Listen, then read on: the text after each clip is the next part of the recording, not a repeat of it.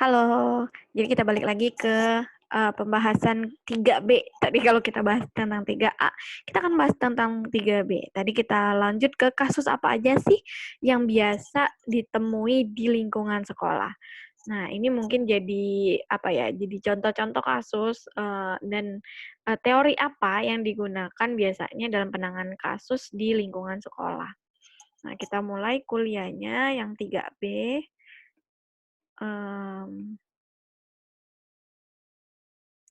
Share dulu ya. Semoga udah kelihatan. Nih, kita masuk ke yang ini. Kasus apa sih yang biasa ditemui di sekolah? Yang berkaitan dengan school well-being tadi ya. Jadi ada banyak banget permasalahan yang dimulai di sekolah yang mengganggu well-being siswa, guru, dan bagian lainnya dari sekolah.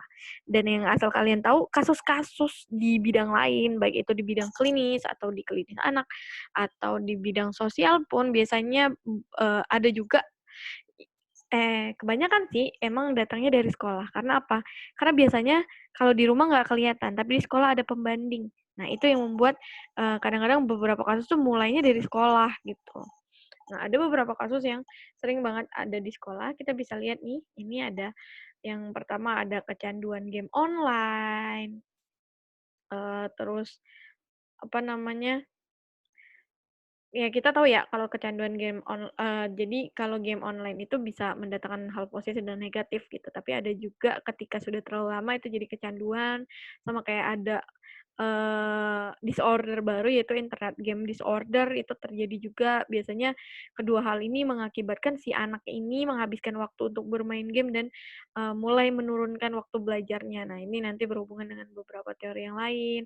Terus ada keterlibatan orang tua. Nah, keterlibatan orang tua ini contohnya misalnya dalam pemilihan jurusan atau kegiatan-kegiatan di rumah, bagaimana orang tua, pola asuh orang tua, atau juga kasus perceraian orang tua, masalah ekonomi dan lain-lain. Terus ada trauma sekolah. Nah, trauma sekolah ini biasanya anak-anak yang menolak dengan keras untuk pergi ke sekolah gitu. Dan nah, ini karena apa? Nah, itu ada banyak sekali faktornya. Terus ada perilaku merusak atau biasa kita sebut dengan vandalism. Nah, perilaku merusak ini nggak cuma di sektor sekolahnya, misalnya merusak atau mencoret-coret dinding sekolah, tapi juga atau menghancurkan fasilitas sekolah. Yang ada beberapa kita nonton video ya, ada anak tendang-tendang, apa ya, tendang-tendang barang-barang gitu kan ya. Nah, ada juga, eee, tentang prokrastinasi akademik. Kalian tahu ya prokrastinasi ya, jadi kayak menunda-nunda dan sehingga menghasilkan kegiatan penilaian akademik yang biasanya buruk.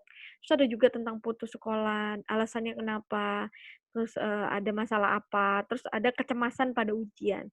Nah, ini juga sering ada beberapa kasus sih, jadi, tapi kecemasan terhadap ujian juga banyak, jenisnya gitu. Jadi ada anak yang biasanya ketika sudah mulai ujian, dia akan mengalami hal-hal yang negatif gitu, mungkin sakit perut, mungkin sakit kepala, dan lain-lain. Jadi dicari-cari, alasan gitu untuk nggak melakukan ujian gitu. Terus ada juga bullying, ini yang mungkin booming banget ya. Jadi beberapa kalian juga tahu bullying ini apa, dan depresi. Nah, ini ada juga anak-anak yang depresi tentang masalah-masalah di sekolah. Jadi ini adalah beberapa gambaran permasalahan psikologis yang terjadi di siswa sekolah. Saya nggak bisa kasih contoh kasusnya, jadi ini kan juga di YouTube ya, jadi kita nggak bisa membongkar beberapa kasus. Jadi kalau memang kalian ada pertanyaan terkait kasus-kasus ini, silakan ditanyakan. Tapi ya jangan terlalu bersifat personal lah ya, jadi lebih ke ini permasalahan. Nanti di MS Teams silakan ditanyakan. Terus kita akan melihat perspektif teori. Jadi kalau kita lihat tadi ininya, eee, kasus apa yang biasa terjadi.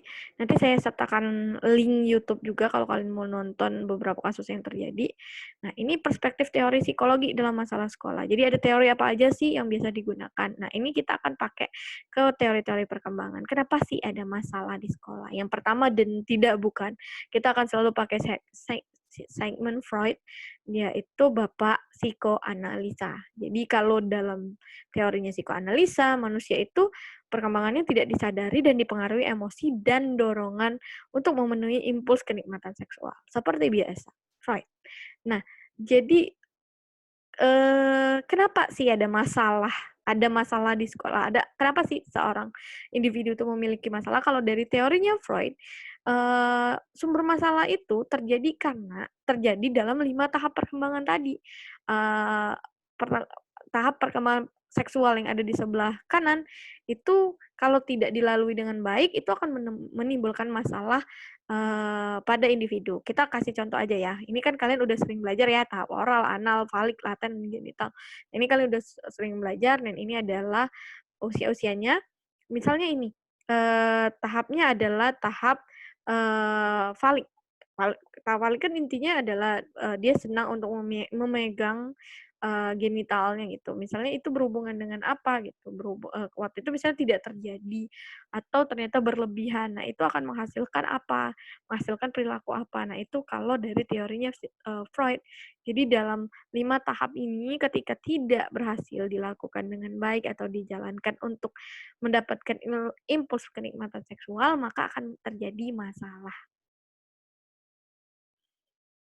Nah, teori kedua, nggak kalah ini ya, nggak kalah terkenal, yaitu teori psikososial dari Erik Erikson. Nah, di Erik Erikson, intinya perkembangan manusia nggak hanya seperti kata Freud tadi, bahwa 5 tahun pertama, terus ada hasrat seksual. Nah, ini kalau Erikson tidak berkata seperti itu, bahwa sebenarnya perkembangan manusia itu lebih ke hasrat bersosialisasi, bagaimana lingkungan itu menjadi sumber perkembangan seseorang. Nah, mmm, masalah ini terjadi karena apa sih kalau di teori, psikososial, kenapa sih anak-anak tuh bisa punya masalah gitu dari sudut pandang, anak-anak siswa-siswa itu punya masalah dari sudut pandang psikososial. Nah, misalnya gini, kalau dari psikososial, dia lebih ke pencapaian tugas. Jadi kalau tadi Freud misalnya anak SMP gitu, dia, merokok gitu. Merokok kan dia berhubungan dengan fase apa?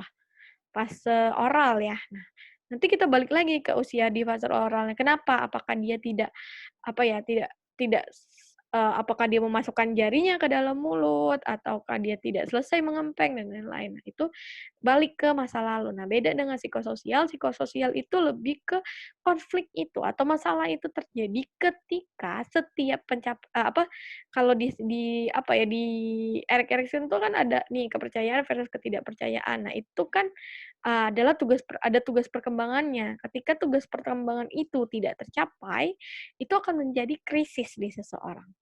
Dia tidak bisa maju ke tahap selanjutnya. Misalnya gini, remaja deh, ketika kalian remaja, itu kan akan di usia kalian nih, di nomor 5 identitas versus kebingungan gitu, tidak menemukan identitas.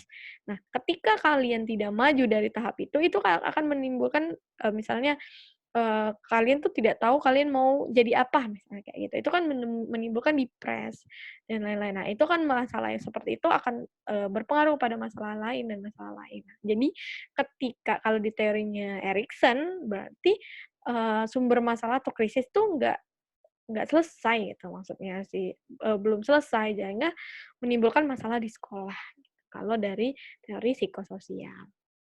Lanjut lagi, kita akan bahas tentang teorinya kognitif. Nggak lain nggak bukan kita akan ngomongin Piaget, gitu.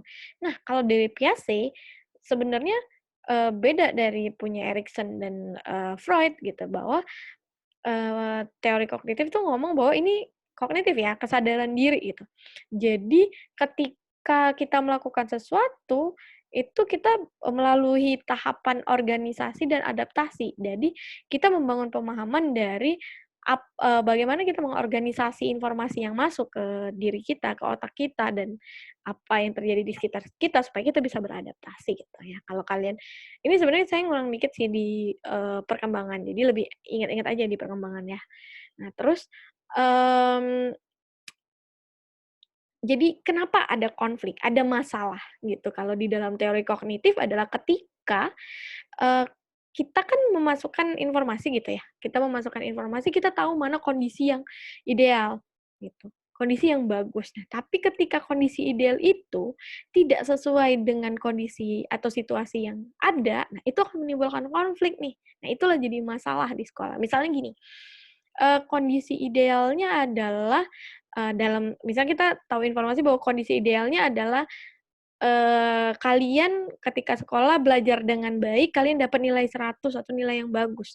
Tapi ketika masuk ke lapangan, kita udah berusaha gitu ya, belajar dengan baik, misalnya kita juga mengulang-ulang pelajaran, eh, kok, eee, nilainya masih nggak sebagus yang kita inginkan gitu ya, kondisi idealnya tadi, misalnya kita maunya 100, ternyata kita dapatnya 70 cuman. Nah, itu akan menimbulkan konflik nih, menimbulkan masalah baru, misalnya kayak gitu. Eee atau misalnya gini, eee, seorang anak misalnya, dia maunya, orang tuanya itu kan kasih dia kasih sayang misalnya, di dalam idealnya tuh adalah orang tua tuh memberikan kasih sayang. Tapi ternyata orang tuanya tidak melakukan itu, malah dia memberikan atau apa ya, memberikan feedback negatif gitu ke anaknya. Nah, itu menimbulkan mungkin permasalahan baru yang terbawa ke lingkungan sekolah, misalnya anaknya jadi vandalisme tadi ya, kita nggak tahu ya. Jadi, ketika kondisi ideal itu tidak bertemu dengan situasi yang ada, nah itu akan menghasilkan konflik, inilah masalahnya kalau dalam teori kognitif. Nah, dalam kenapa kalau di teori kognitif dia ngomongnya tentang perkembangan pemikiran logis. Jadi makin kita besar, makin kita tahu bagaimana kita membandingkan kondisi ideal dan kondisi yang, apa ya, kondisi yang terjadi. Nah itu ada 2 kemungkinannya, kemungkinannya kita bisa menerima secara kognitif bahwa, oh mungkin kondisi ideal memang tidak bisa terjadi karena bla bla bla bla, atau justru kita memaksakan pengetahuan kita tadi, gitu. Sehingga konflik akan menjadi besar. Jadi ada positif dan negatifnya kalau di teori kognitif ini tadi. Nah, terus ini juga, mungkin juga terkenal kalau kalian nanti, belajarnya tentang pendidikan, yaitu teori pemrosesan informasi, Information Processing Theory dari Robert Sinclair. Nah, jadi kalau dari Robert ini, bahwa perilaku itu adalah hasil respon dari proses berpikir tentang baik dan buruk. Jadi kita mikir apa yang baik dan apa yang buruk, nah responnya itu adalah bentuk perilakunya, gitu. Nah, jadi, eee, apa ya, apa yang dilakukan seseorang itu, apakah perilakunya bagus atau nggak bagus, itu tergantung dari stimulus atau informasi yang dia dapatkan. Nah, inilah kalau dalam teori pemrosesan informasi, kenapa ada masalah gitu, karena menurut dia itu, proses informasi yang masuk ke dia itu benar. Misal gini, ada anak yang, melakukan bullying gitu, misalnya dia apa ya, dia mengejek gitu, mengejek temannya. Di dalam pemikiran dia itu benar gitu, tapi di dalam pemikiran temennya itu salah. Jadi itu adalah respon proses si pembuli ini berpikir bahwa bully ini benar gitu. Jadi, dalam pandangan pemrosesan informasi ya bagaimana si orang tersebut memproses informasi tadi, contohnya.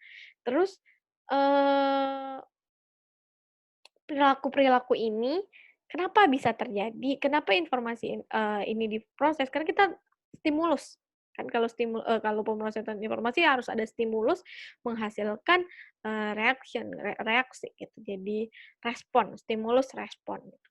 Nah itu di sini kita akan lihat ada stimulus-stimulus apa gitu yang mempengaruhi gitu, ada lingkungan, bagaimana lingkungannya, pengalaman sebelumnya, kondisi tubuh juga, seberapa penting informasi itu untuk orang itu, dan terakhir adalah perhatian atau konsentrasi dari orang tersebut, gitu. gitu. Itu dari teori pemrosesan informasi. Teori terakhir yang akan saya bahas adalah behavioristik.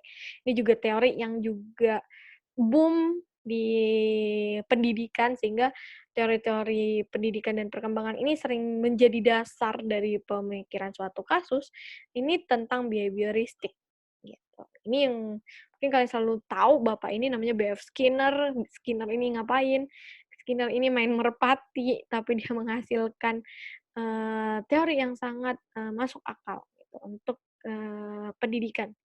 Yaitu ketika perilaku bermasalah itu muncul, itu dipengaruhi dari lingkungan. Jadi dia pakai tuh teori-teori sebelumnya tadi dari lingkungan, berupa hasil pengamatan yang dimunculkan lagi pada stimulus yang sama.